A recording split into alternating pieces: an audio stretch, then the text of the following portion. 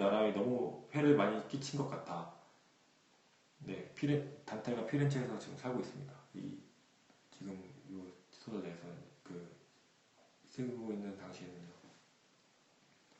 어느 무덤에선가 이런 말이 갑자기 들려왔다. 그래서 나는 겁을 집어먹고 길잡이 쪽으로 몸을 바싹 붙였다. 그러자 길잡이가 일렀다. 뭘 하고 있는 거야? 저쪽을 봐라. 저기 파리나타가 일어났다. 상반신이 죄다 보인다. 나는 얼굴을 늘려 바라보았다. 그는 지옥을 조소하듯 가슴을 내밀고 아무렇지 않다는 표정을 짓고 서 있었다. 길잡이는 대담하게 재빨리 두 손으로 나를 무덤 사이에서 그의 쪽으로 밀치며 주의를 주었다. 너 어떤 말을 해야 할지 충분히 생각한 다음에 해야 돼.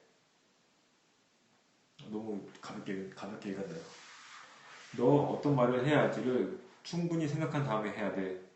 라고 지금 그 지옥에서 아무렇지 않게 일어난 그 이름이 뭐야? 파리나타. 이름을 이렇게 썼어요. 파리나타가 말한 겁니다. 내가 그의 무덤으로 다가서자 그는 한참 동안 나를 응시하더니 멸시하는 듯이 물었다. 너는 누구의 자손이냐? 파리나타에게는 자진 복종할 것을 맹세했던 터라 나는 숨김없이 죄다 말했다. 그러자 그는 눈을 약간 치켜트면서 말했다. 그들은 나와 내 친족과 내 당파들의 원한을 사고 있다. 그래서 너희 조상을 나는 2차례나 나라 밖으로 추방시켰다. 추방되었다고는 하지만 사방에서 또다시 돌아왔소. 처음도 그 2번째도 하고 내가 대꾸했다. 그러나 당신의 당파 사람들은 그 재갈을 터득하지 못했소. 그때 뚜껑이 열려져 있는 다른 무덤에서 망령이 파리나타 곁에서 얼굴을 삐쭉 내밀고 있었다. 무릎을 꿇고 머리만 내밀고 있는 것이 틀림없었다.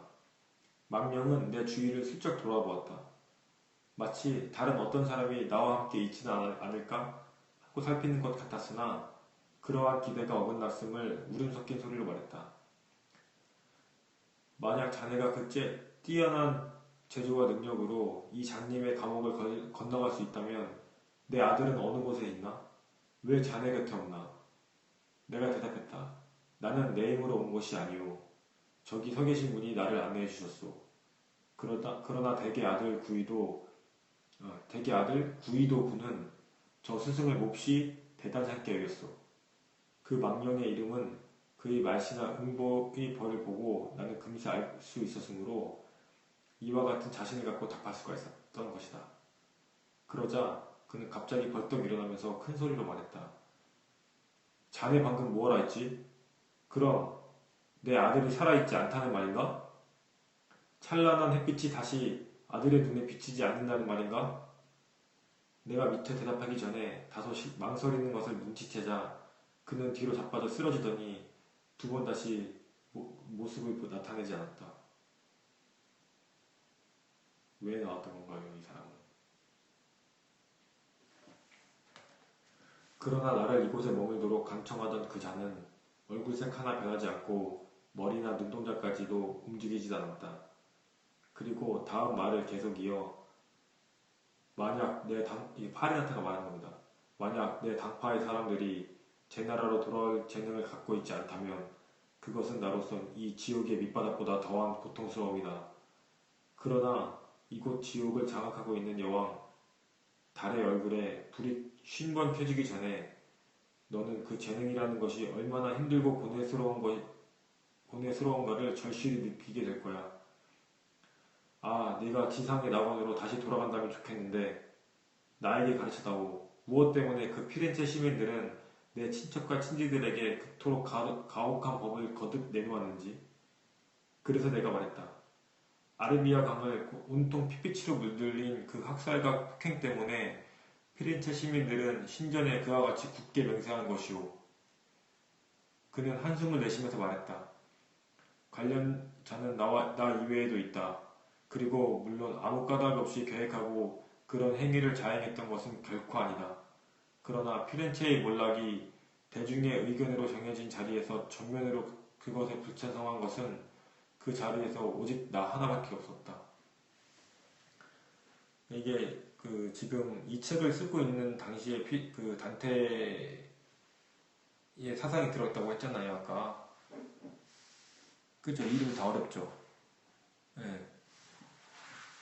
우리나라 사람들 이름은 우리가 많이 들어가지고 익숙한데 이렇게 외국 사람들의 이름은 뭐 사실 베르나르 베르베르도 프랑스 사람이잖아요. 근데 쉬운 이름은 아니잖아요. 베르나르 베르 우리가 많이 들어보고 뭐 발음하다 보니까 뭐 쉬운 거지. 사실 그 딱 모르는 상태에서 베르나르 베르베르 써 있으면 저도 그것도 어려운 이름이라 하거든요.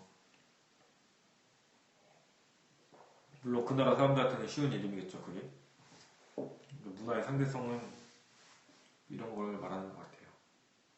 이런 것도 그 중에 일부라고 생각이 들어요. 그러니까 여기서는 지금 이 단테의 그런 정치적인 성향들이 이 대화에 다 녹아있다고 생각하면 될 것 같아요. 부디 당신의 후손들에게 복된 영광이 깃들기를 하고 나는 물었다. 이것도 단테가 말하는 겁니다. 아무래도 판단하기가 매우 어려운데 이 수수께끼를 풀어주지 않겠소? 내가 들은 바에 의하면 당신들은 앞으로 일어날 모든 것을 미리 알고 있는 것 같은데 현재 발생하고 있는 일에 대해서는 모르는 것 같군요. 지옥에 떨어진 사람들은 모두 눈이 어두워 밤 봉사와 같이 가까운 것은 일체 보이지 않고 먼 데 있는 것만 잘 보인다. 그것도 단지 하늘의 배려로 빛이 빛나고 있을 동안만.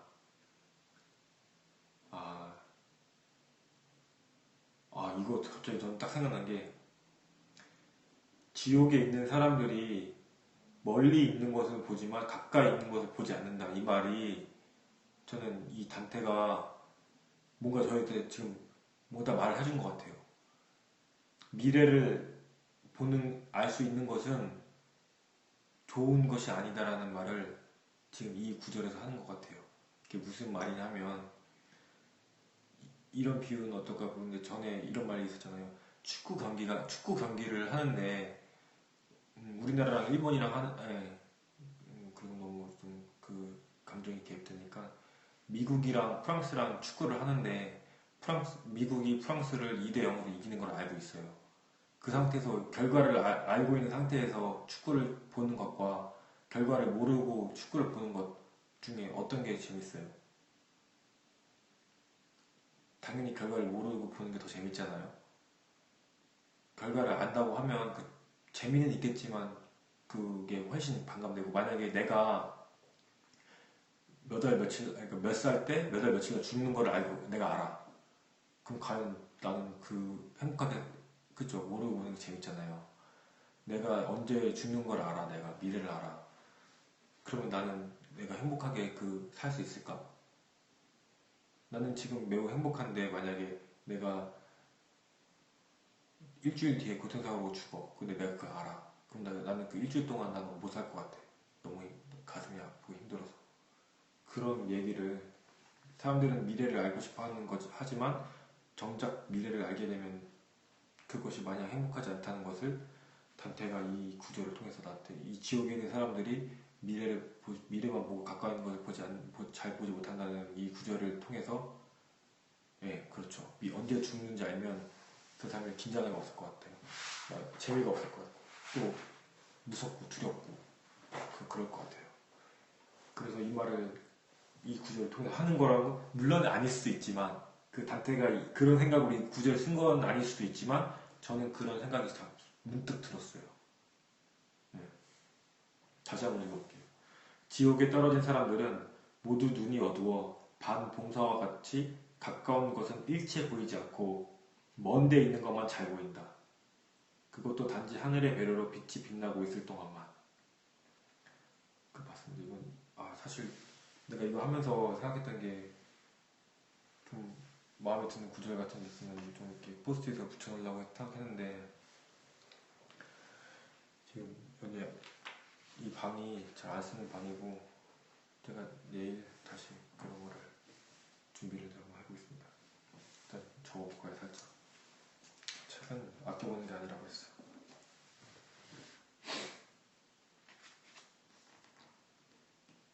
근거리에 있거나 가깝게 접근하면 우리의 지능은 쓸모가 없어진다. 그래서 딴 사람들이 일러주지 않으면 현재 일어나고 있는 모든 것을 알 수 없게 돼. 그러므로 너도 알고 있겠지만 앞날의 문이 닫히는 그 순간부터 우리의 알찬 지식은 모두가 필요 없게 돼버린 거야. 그 말을 귀담아 듣던 나는 양심의 어떤 가책이 느껴져서 말했다. 그럼 저기 자빠져 있는 자에게 일러주시오. 그의 아들은 죽은 게 아니고 아직 산 사람들 속에 있다고. 아까 내가 대답하지 못한 것은 당신의 궁금증을 충분히 풀어주신 이 의문을 그때 이미 생각하고 있었기 때문이었다고 말해주시오. 네, 지금 그 흐름이 제가 아까 말했던 그런 거랑 비슷하게 흘러가는 것 같아요. 그래서 네.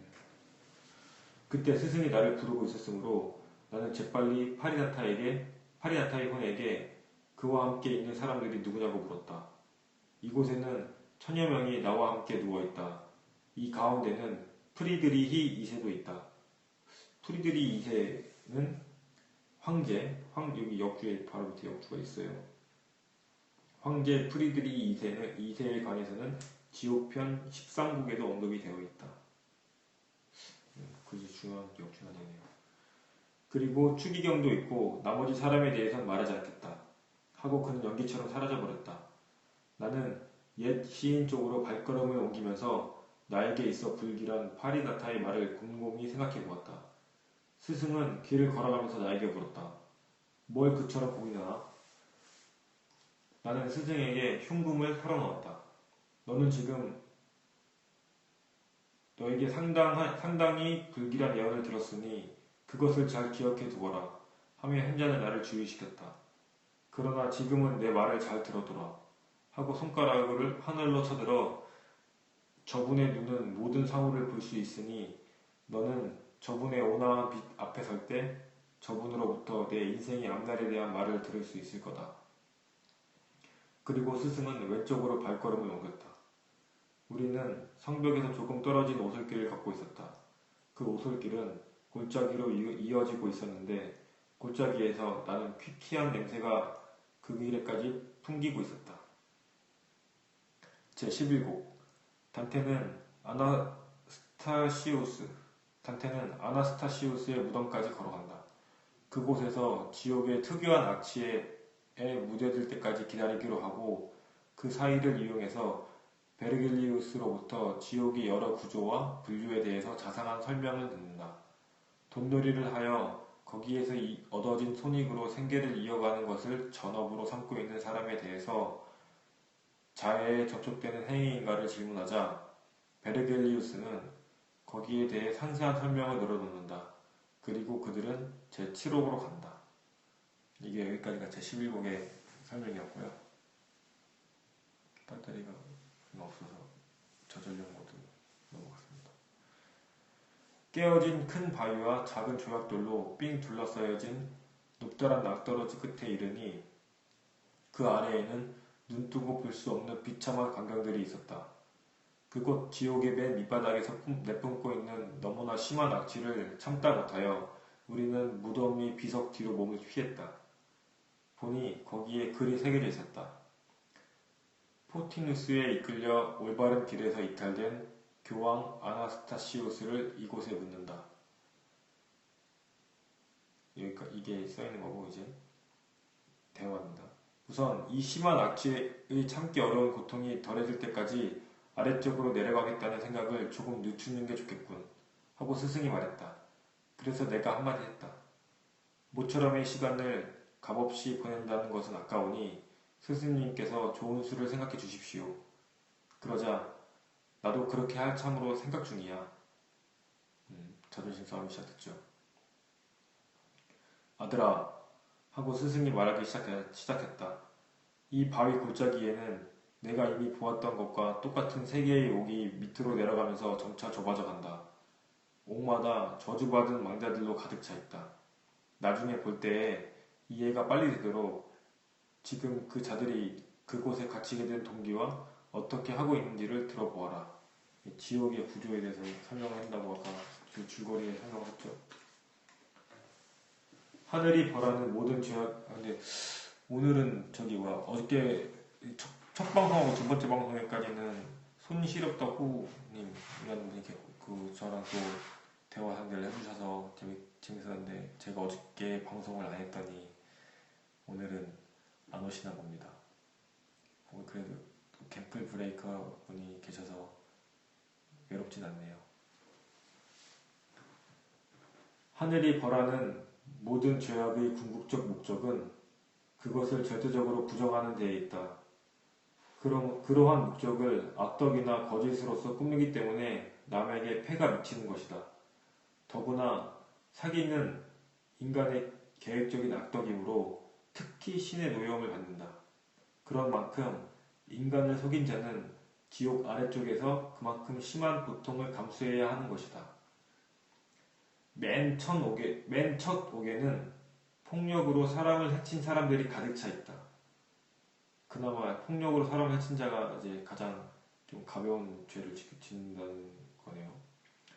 폭력을 휘두르는 대상에는 삼자가 있기 때문에 뚜렷한 세 개의 원으로 분리되어 있다. 신, 자기, 타인, 그 사람과 그 사람이 갖고 있는 물건에 대하여 폭력을 함부로 행사하는 때가 있다. 엄연한 사실이다. 너에게도 이해가 되겠지.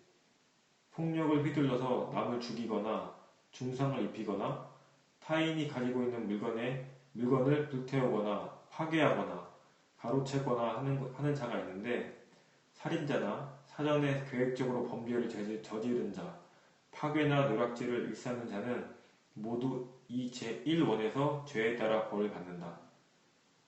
사람은 스스로 자기 자신과 또는 자기가 소유하고 있는 재산에 관하여서도 폭력을 가할 수도 있다.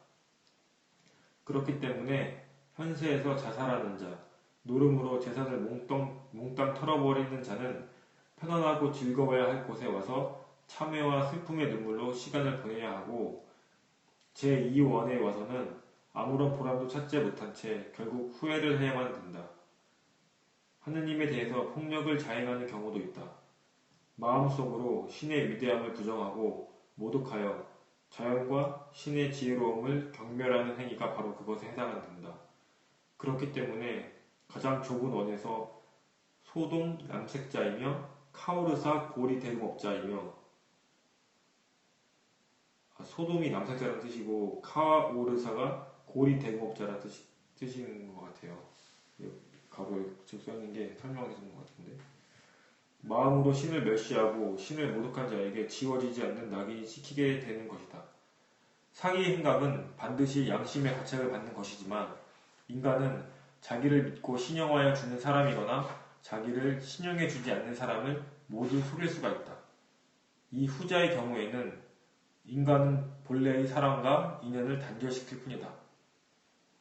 그렇기 때문에 제2욕에서 벌받는 자에는 위선, 아부와 추종, 마술, 마법, 허위, 절도, 성직매매,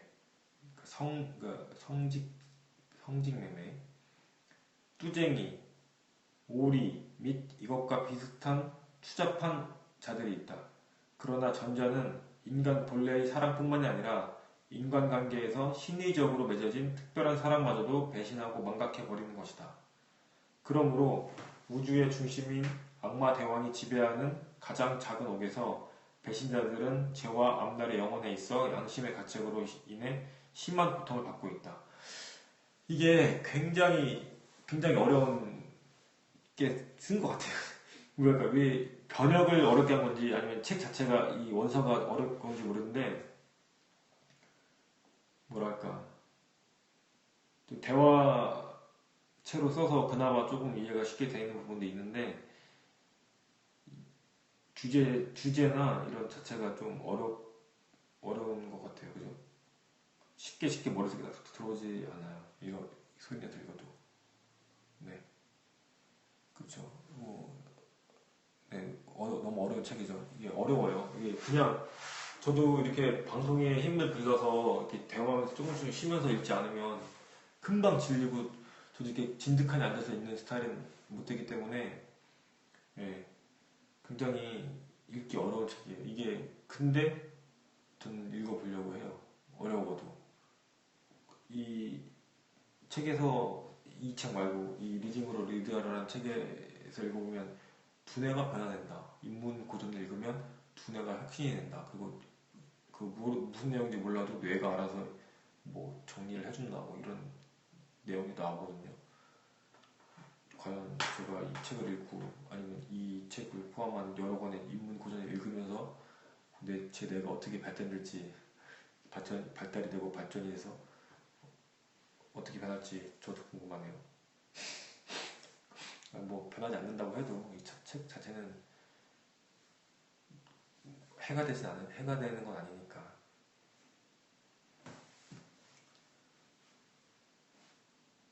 그래서 내가 말했다. 스승님은 매우 훌륭하게 그 깊숙한 밑바닥과 거기에서 살게 되는 자들의 사연을 자세하게 설명해 주셨습니다. 그러나 한 가지 더 말씀해 주십시오. 늪 속에 묻혀 있던 자, 비바람에 시달리고 있던 자, 또 서로 만나면 모질고 숱한 욕지거리와 폭언을 퍼붓던 자들도 신의 노여움을 받는 자라면 왜 그곳에서 처벌하지 않나요? 또 만약 신의 노여움을 받지 않았다면 왜 그런 꼴을 당하고 있을까요? 스승이 말했다.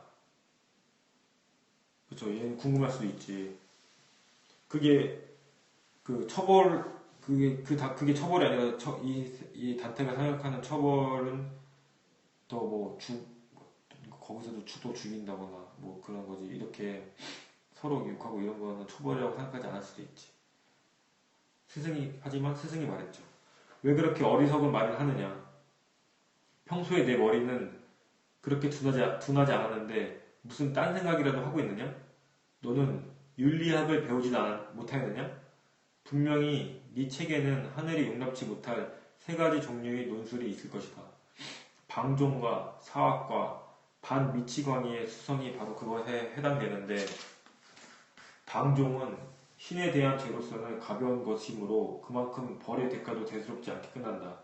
그 이유도 책에 자세히 나온다. 만약 네가 그 가르침을 바르게 잘 해석하여 제일 위쪽의 마을 밖에서 벌을 받고 있는 자가 누구인가를 생각해 본다면 무엇 때문에 그들이 이곳에 있는 흉측하게 생긴 망자들로부터 떨어져 있는지, 왜 신이 그들에게 벌을 가볍게 했는지 알게 될 것이다. 오 찬란한 태양이여, 모든 미망이 사라지고 의심적인 짐이 풀렸으므로 나는 매우 기쁩니다. 뭐가 기뻐? 나 잘 모르겠는데. 단테는 뭔가 깨달았나 보네요. 이걸 지금 스승이 말하는 걸 보고 듣고 왜 자기의 짐이 탁 풀렸나 본데 나는 모르겠거든. 지금 뒤에 나오나? 이제 보니 의문도 지식 못지않게 즐거움을 주는 것이군요. 그게 원상태로 돌아가는 것이지만요. 하고 내가 말했다. 그치, 질문이 중요하죠. 질문이 중요하다는 말은 100% 공감합니다. 또 하나의 의문을 풀어주십시오. 아까 당신이 고리대금업자는 신의 사랑에 저촉된다고 하셨습니다만 인간의 철학이 하고 스승이 말했다. 그것을 배우고 터득하는 자에게 몇 차례나 가르치고 있듯이 우리가 누리고 있는 자유는 모두 신의 위대함과 신의 지혜에 의하여 그 가야 하는 길을 찾아야 한다고 하고 있다. 너도 물리학을 신경 써서 읽어보면 알게 될 것이다. 앞부분 페이지에 언급되어 있지만 인간의 재능은 대체로 신의 자연 법칙의 기준을 두고 있다. 마치 제자가 스승을 존경하고 따르는 것과 같이. 그러므로 인간의 재능은 신에게 물려받은 것이라고도 할 수 있지. 이 자연과 재능이 두 가지 수단으로 인간이 생명을 영위해 가면서 자손을 낳고 번영시켜야만 한다는 것은 창세기의 첫 머리를 기억한다면 알리라. 창세기. 전 잘 모르겠습니다. 그러나 높은 이익을 욕심내는 자는 딴 길을 선택하여 자연 본능의 자체와 자연에 부여되는 재능을 멸시하고 그것과는 전혀 다른 것에 희망을 걸고 있다. 이거 소리내서 읽지만 어려워요. 진짜 어렵고 진짜 이거는 진짜 교회를 다녀서 그런 밑바탕이 있어야 그나마 좀 수월할 것 같은데 저는 또 그런 교회를 안 다녀서 더 이런 내용을 받아들이기 이해하기가 쉽지 않네요. 그럼 이제 서서히 출발해보자. 내 뒤를 따라오너라. 쌍어궁 별이 지평선 너머로 반짝거리고 북두칠성이 모두 북서쪽 하늘에 있구나. 자, 좀 더 저쪽으로 해서 낭떠러지를 내려가자. 점점 이제 밑으로 내려갑니다.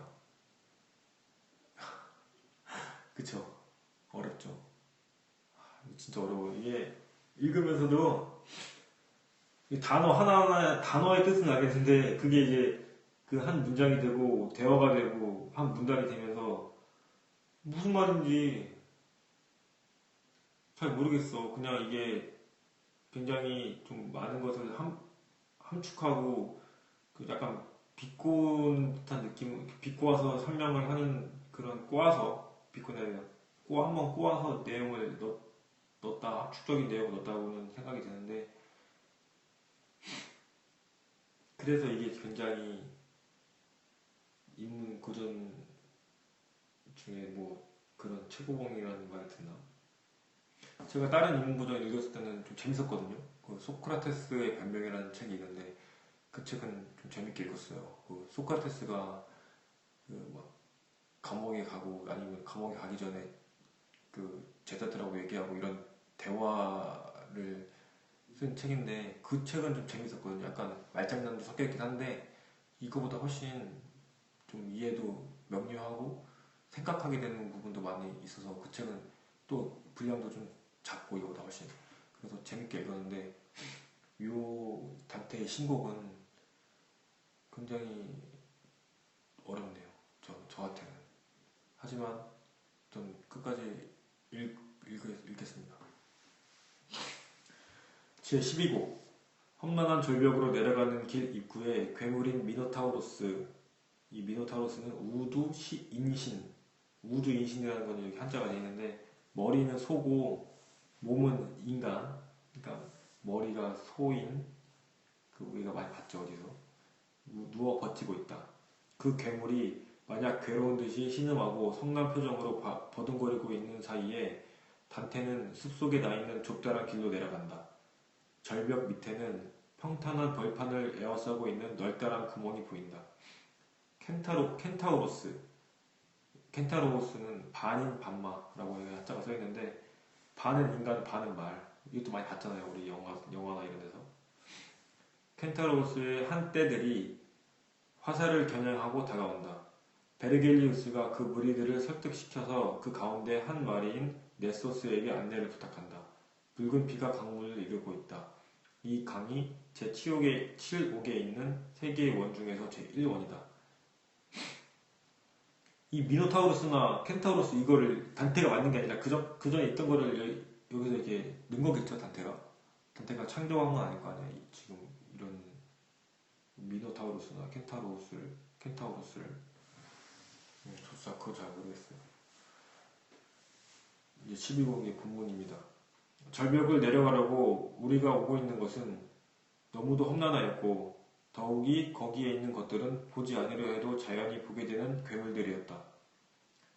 트렌토의 산 중턱에서 아디체 강에 이르도록까지 지진으로 인한 것인지 함몰됨 때문인지 산세태가 일어난 일이 있었는데 그때 산봉우리에서 평탄한 평야에 이르기까지 진동이 쉬지 않고 일어났다.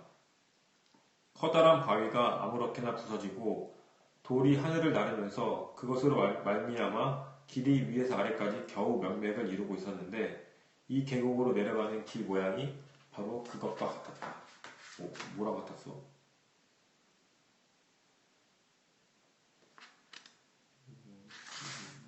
뭐라고 비슷하게 생각나는데 어떤 형태로든지 부서진 바위가 불쑥 내민 끝부분에 크레타의 최신을 더럽히는 괴물이 엎드려 누워 있었는데 그것이 우두 인신의 미노타우로스였다.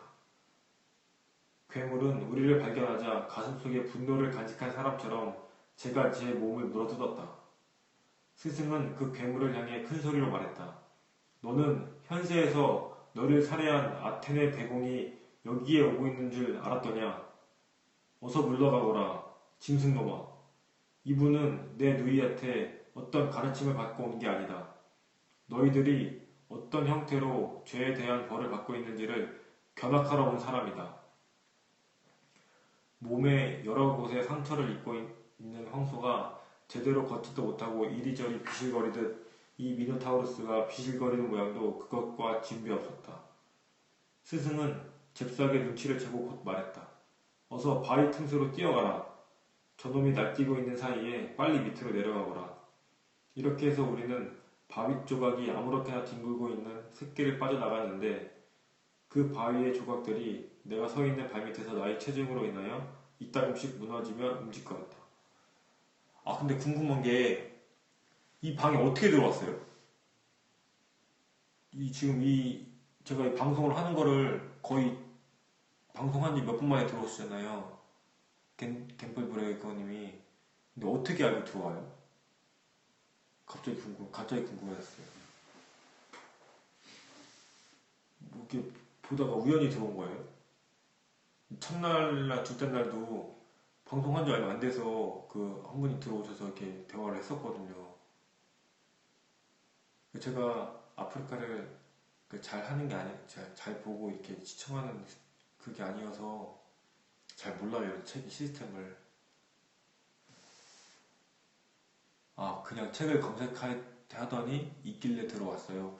아, 우연히 그러면 내가 이렇게 방송을 시작하자마자 거의 몇 분 이내 동시에 검색을 하셔가지고 딱 타이밍이 맞아서 들어온 거구나. 아, 신기하네요. 네, 궁금했어요, 그게. 어떻게 들어왔는지, 갑자기. 깊은 사색에 잠기면서 걷고 있자 스승이 말했다. 짐승이 격분하고 있는 것을 지금 내가 진정시켰는데 아마 네가 생각하고 있는 것은 저놈이 짐승이 지키고 있는 폐허에 관한 것이겠지. 사실은 전에 한번 내가 이 지옥의 밑바닥에 내려왔을 때는 너도 알고 있어야 할 것이지만 이처럼 바위가 쪼개져 흩어지지 않았었다.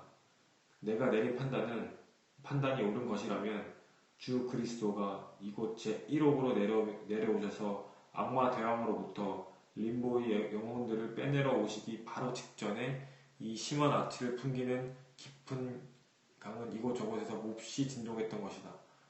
나는 세상이 바로 그 사랑을 느낀 것이라고 생각했다. 거기에 대한 이유는 일설에 따르면 그 사랑에 따라 세상은 가끔 어지러운 혼돈 속으로 돌아간다고 했기 때문이다. 그때 이곳에서 있는 육중한 바위가 갈라지고 또 여러 곳에서 산사태가 연이어 일어난 것이다. 그러나 골짜기를 세밀히 조사해 보아라. 피의 강이 가까워졌다. 무리한 폭력으로 남을 못살게 하던 자들이 저 강 속에서 부글부글 삶아지고 있다. 오 올바른 이성을 잃게 한 탐욕이여, 넋을 잃게 하는 분노여, 너희들이 이 짧은 인생에 있어서 우리들을 몰아넣었던 것은 끊임없이 줄을 지어 영원한 지옥 속의 밑바닥으로 우리들을 무참하게 떨어뜨리기 위함이었던가. 사방을 에워싼 널따란 구멍이 있었는데 그것은 길잡이로부터 사전에 들었던 대로 평탄한 평야 전면을 삥 둘러싸고 있었다. 그리고 낭떠러지 아래와 이 구멍 사이를 연이어 켄타로우스의 떼가 뛰어갔는데 활을 겨누고 있는 모양은 마치 지상에서 짐승에게 사냥하는 것과 진비 없었다. 우리가 아래쪽으로 내려오는 것을 보고 일제히 멈추어 섰다. 그리고 그 가운데 셋이 활을 겨누고 같은 무리 속에서 이쪽으로 다가오는 것이다. 조금 떨어진 데에서 그중 하나가 소리쳤다. 너희들은 무슨 죄를 짓고 어떤 형벌을 받기 위해 그 험준한 낭떠러지를 내려왔나? 더 이상 접근하지 말고 거기서 말을 해라. 그렇지 않으면 화살을 쏘겠다. 라고 반인반마인 켄타로스가 말했습니다. 그러자 나와 같이 있던 스승이 입을 열었다. 대답은 케이론에게 가서 직접 말하겠다. 너는 항시 그 성급한 성격 때문에 화근을 초래했었다.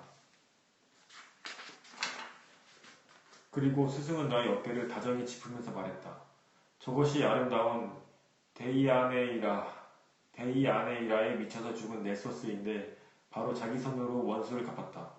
저기 제 가슴을 멍청이 들여다보며 가운데 끼어있는 자가 대장격인 케이론, 아킬레스를 양성해낸 자이다. 또 하나는 플로스, 전에는 악질적인 난폭자였다. 구렁 둘레를 놈들은 헤아릴 수 없을 정도로 떼를 지어 날뛰고 있다. 피의 강물 속에서 망자가 죄에 따라 형벌이 적용된 이상으로 몸을 세우면서 그걸 그들이 활로 쏘는 것이다. 아휴, 묘사를 굉장히 이런 거를 상상해서 썼다는 게 그건 진짜 대단한 것 같아. 이 당시에도 그렇지만 우리는 무서워하지 않고 날뛰고 있는 그것들 무리에게로 다가갔다. 케이론이 금세 쏠 듯한 위협으로 화를 겨누고 더 이상의 접근을 견제하였다. 케이론은 부하를 향해 외쳤다. 너희들은 알고 있느냐? 저 뒤에 오는 놈이 밟은 돌이 움직이고 있다. 죽은 사람이 밟은 것 같으면 움직일 수 없다. 그러자 내 길잡이는 인성과 마성이 합쳐진 케이론의 가슴 앞으로 바짝 다가가서 말했다. 분명히 살아있다. 그 한 사람에 한해서 어두운 골짜기를 보여주는 게 내 임무다. 그는 필요에 따라 온 것이다. 놀이가 아니다. 하느님의 뜻을 받아 천국에서 내려오신 분이 이와 같은 새로운 임무를 나에게 맡긴 것이다. 그는 도둑이 아니다. 나도 도둑의 후는 아니다. 내가 이 험난한 길을 아무 고충도 받지 않고 걸어갈 수 있는 것은 오직 신덕의 가호가 나에게 있기 때문이다. 그 덕을 두고 거기에 있는 너희 부하 하나에게 안내를 시켜서 어느 곳으로 해서 건너갈 수 있는지 가르쳐다오. 그리고 이 사람은 공중을 날 수 있는 혼이 아니기 때문에 등에 업고 가주었으면 고맙겠다. 케이론이 바른 쪽 앞을 돌아보고 네소스에게 말했다. 가고 있는 길을 바꾸어서 천천히 안내해 주어라. 만약 딴 놈들과 마주치게 되면 방해하지 말고 비키라고 일러라. 우리는 마음 든든한 안내자를 따라서 벌겋게 끓어오르고 있는 강가를 따라가는데 그곳에서 펄펄 끓는 물에 전신을 삼키고 있는 자들이 비명을 지르고 있었다. 예, 우리가 좀 아는 지옥. 그 끓는 강물 속에서 지금 삶아지고 있다고 합니다. 눈썹 언저리까지 잠긴 자도 있었다. 반인 방마인 네서스가 말했다. 저놈들은 수단과 방법을 가리지 않고 남의 재산을 빼앗고 피를 흘리게 했던 악랄한 폭군들이오. 지금 그 죄과대로 형벌을 받아 울부짖고 있소. 저기 있는 게 알렉산더 대왕이오. 오랜 세월에 걸쳐 시칠리아에 압박을 주었던 디오니시우스도 있어. 저기 이마에 까만 머리카락이 보이는 자는 아초리노. 곁에 있는 금발머리의 사내는 에스티 오피초요. 그가 사실은 인간 세상에서 비정한 자식의 손에 무참히 살해를 당한 자요. 그 말을 듣고 내가 시인 쪽으로 시선을 돌리니 그 시인이 입을 열었다. 현재는 그가 첫째가는 너희 스승이다. 나는 둘째야. 조금 앞으로 더 나아가자 켄타우로스는 한 곳에 우글거리고 있는 사람들 위에 멈추었다. 이 사람들은 끓고 있는 강물 위에 겨우 목 위만 내놓고 있었다. 홀로 떨어져 있는 망자를 네소스는 우리들에게 가르쳤다.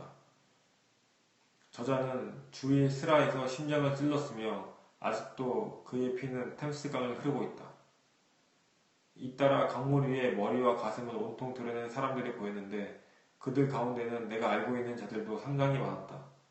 이렇듯 피의 강물은 점차 얕아져서 이윽고 반만 잠길 정도가 되었는데 강을 건너기에는 그곳이 가장 낮은 곳이었다. 당신은 이쪽에서 피의 강물이 점차 줄어들고 있는 것을 목격했지만 하고 켄타우로스가 말했다. 잘 알아두시오. 저편 밑바닥은 점점 깊어져서 결국에는 악역 무도한 자들이 울지 않고는 견딜 수 없을 정도 없는 구렁으로 되어 있어. 그 구렁에서 이 세상의 재앙이었던 아틸라며 피로스, 섹스투스, 신의 정의가 처벌하는 곳이요. 그리고 리니에르 다 코르네토와 리니에르 파초는 나라이를 어지럽히고 집단 학살을 일삼았는데 저 구렁에서 끓는 물이 그들의 눈알을 삶아서 영원히 눈물을 말려버리는 것이오. 켄타우로스는 이렇게 설명을 해주면서 얕은 곳을 이용하여 피의 강을 건너갔다. 지금 벌써 1시간 40분이나 했네요. 오늘은 두 번째 방송 때는 오줌이 너무 마려워가지고 화장실 가라고 끝났는데 오늘은 그러지 않았고 읽었더니 지금 8곡부터 읽었는데 지금 13곡 1시간 반 동안 5곡을 읽었는데 이게 지금 이 페이스대로 읽으면 제가 계산을 살짝 해봤는데 한 달이 걸려요. 지금 배터리가 10%밖에 안 나오네. 일단 12시인데 45분이 되겠네요. 일단 오늘은 네 이게 많이 읽은 건가요? 많이 읽은 거는 아니죠. 왜냐면은 지금 책이 지금 3일 동안 이만큼 읽은 거예요. 1시간, 총 3시간 동안 이만큼 읽으면 이만큼 남았어요. 이게 눈으로 읽으면 속도가 좀 빠른데 입으로 읽다 보니까 아무래도 속도가 좀 느린 것도 있고 이게 이해가 되지 않으니까 중간중간 이렇게 조금씩 그 생각하는 시간도 들렸고 또 그 방송이다 보니까 서로 이렇게 얘기도 하고 이러다 보니까 많이 읽지 못했는데 그래도 오늘 너무 고맙고요. 감사했고요. 앞으로도 항상 제가 10시에서 11시 정도에는 이거를 항상 책을 읽으려고 해요. 별다른 일이 없으면 어제처럼 친구를 만나거나 뭐 다른 약속이나 다른 일이 있지 않는 한 예, 이렇게 책을 이렇게 읽을 거니까 그 브레이커님도 뭐 따로 할 일이 없고 그러면은 같이 도와서 얘기도 하고 그러면 좋겠네요. 그리고 지금 이렇게 인문 고전을 읽지만 또 다른 책들도 제가 좋아하는 책들도 읽는 시간이 마련을 해볼 거고 일단 어떻게 맞춰야 될지 항상 이 세 번째 맞히는 건데 맞힐 때는 좀 어떻게 될지 모르겠네요. 오늘 즐거웠고요. 내일 또 뵙겠습니다. 네, 오랜만에 그렇죠. 감사해요. 좋게 들어주셔서 감사하고 내일도 시간 되시면 들어오세요. 저도 내일 또 들어와서 책 읽을 테니까. 명절 다가오는데 혹시 내일 못 볼 수도 있으니까 명절 잘 보내시고 저는 와이프가 부산 사람이라 부산 내려갑니다. 여기는 경기도고요. 경기도 평택이고 운 좋게 기차표를 구했어요. 아니면 또 차 끌고 내려가야 되는데 이번에는 조금 편하게 내려갔다 오겠습니다. 오늘 이제 좀 잘 시간이니까 안녕히 주무시고 새해 복 감사합니다. 새해 복 많이 받으시고요.